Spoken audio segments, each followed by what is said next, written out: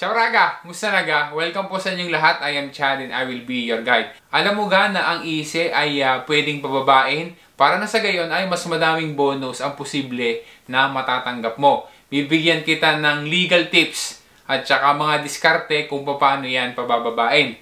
Atensyon din Raga, alamin din natin papaano kung sakali na mayroong mga errors. May mali ang iyong ISE. Yan ga ay mayroong sanctions, ikaw ga ay mamumultahan. Ang detalye Raga, dopo ng sigla, partiamo.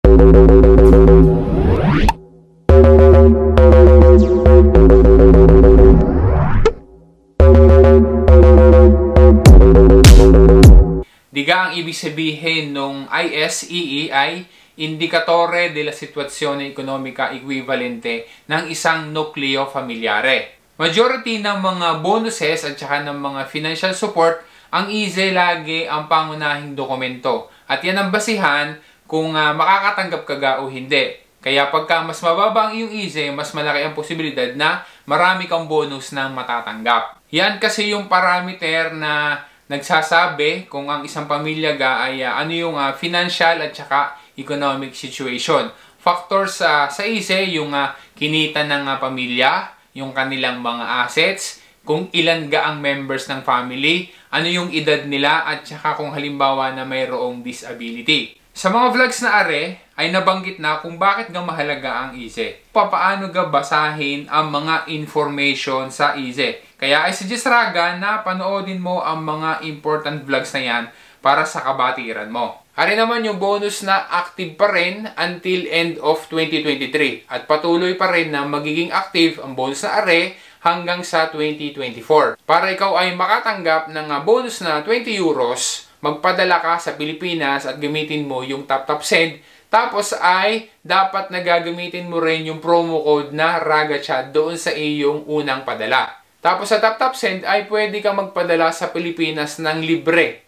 As in, wala kang charges na babayaran dahil no transfer fee. Secured ang padala, mabilis, tapos ay mataas pa ang palitan. Pwede magpadala gamit ang TapTap Send ang mga Pilipino na nasa sa US o kaya naman ay sa UK, sa Canada, sa UAE at saka sa mga bansang arena na nandyan sa European Union. Good news din dahil kahit yung mga nandoon sa Austria ay pwede na rin gumamit ng TapTap Send. Pwede ka na magpadala sa mga major banks doon sa Pilipinas o kaya naman ay sa mga mobile wallets gaya ng GCash at saka ng Maya. Kaya Raga, i-TapTap Send mo na yan.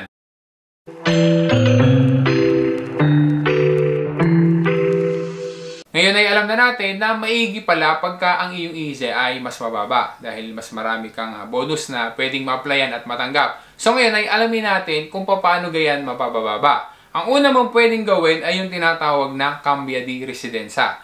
Kasi kapag mayroong members doon sa family na marami, ang kung saan ay may laboro at saka may redito, o kaya naman ay marami din ang mayroong pera sa bangko, yan ay nakakataas ng ISE. Kaya kung ikaw ay may anak na majoreni na, tapos naglalaboro na, malaki ang redito, at pwede naman na siya ay magcambia residenza, pwede na gawin yan. Para na sa ganun ay matatanggal siya, mababawas siya. At the same time, mababawasan din yung redito ng iyong nucleo familiare, mababawasan din ang iyong ISE. Kung halimbawa naman, gusto mo naman na mas mapababa pa yung ISE, kabaliktaran naman ang pwede mong gawin. Ang gawin mo naman ay magparesidensa ka ng isang tao, halimbawa relative mo, na wala namang laboro, wala siyang redito. Dahil pag dumami naman ang members ng iyong nucleo familiare, pero mababa naman pa rin yung redito, ibig sabihin nakakatulong yan para bumaba ang ISE. Kaya sa ganyang sitwasyon, pwede natin sabihin na ang gagawin mo lang ay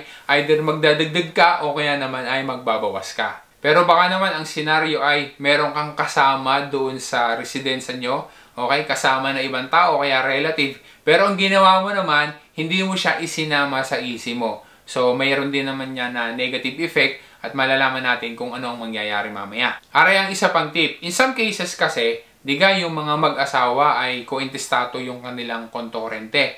Nag-open sila ng account pero yan ay joint account doon sa mag-asawa. Yan ay nakaka-contribute din sa pagtaas ng ISE. Bakit? Kasi sa halip na isang tao lang ang magmamay-ari ng account na yon, kung magkano man ang laman ng pera sa bangko na yon, ang pinangyayarihan ay dalawa pa kayo na magmamay-ari doon sa account na yan. Doon sa laman na yan, dalawa kayong tao. Sa halip na, isa lang dapat. Pero take note, gaya ng na-discuss na natin, kung halimbawa naman ang pera dyan sa bangko ay hindi naman hihigit sa 15,500, okay lang yan kasi wala namang magiging effect yan sa easy. Ang huling diskarte na pwedeng gawin para mapababa mo ang iyong easy ay yung pagkuha ng easy kurente. Kung halimbawa na yan ay applicable sa iyo.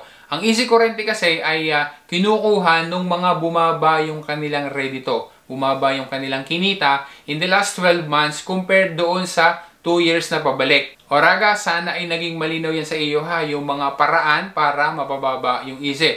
Ano naman ang mangyayari kung sakali na sa kagustuhan na mapababa yung easy ay nagkaroon ng error, nagkaroon ng mali doon sa easy? Ingat raga kasi merong multa yan. Kapag ang easy mo merong error, merong incomplete detail o kaya naman ay false data at ikaw ay nakontrol ni IMS, ipapaayos yan sa iyo ni IMS. Ang problema, kapag pinaayos sa iyo tapos dinedma mo laang, hindi mo inayos, hindi mo itinama yung mali doon sa easy mo. Ang mangyayari ay magkakaroon ka ng sanction, either na yan ay administrative o kaya naman ay criminal. Just in case na mayroon palang mali doon sa iyong easy, tapos ikaw ay inabisuhan ni IMS, ang gagawin mo ay itatama mo lang siya. Dalawa ang paraan na pwede mong gawin para may tama yan. Una, kailangan mong mag-submit ng tinatawag na Modelo Integrativo FHC3. O kaya naman ay ulitin mo lang ang iyong easy. Gumawa ka ng bago at itama mo na, tanggalin mo na, ayusin mo na yung mga mali doon. Paano mo malalaman kung ang easy mo ay may mali?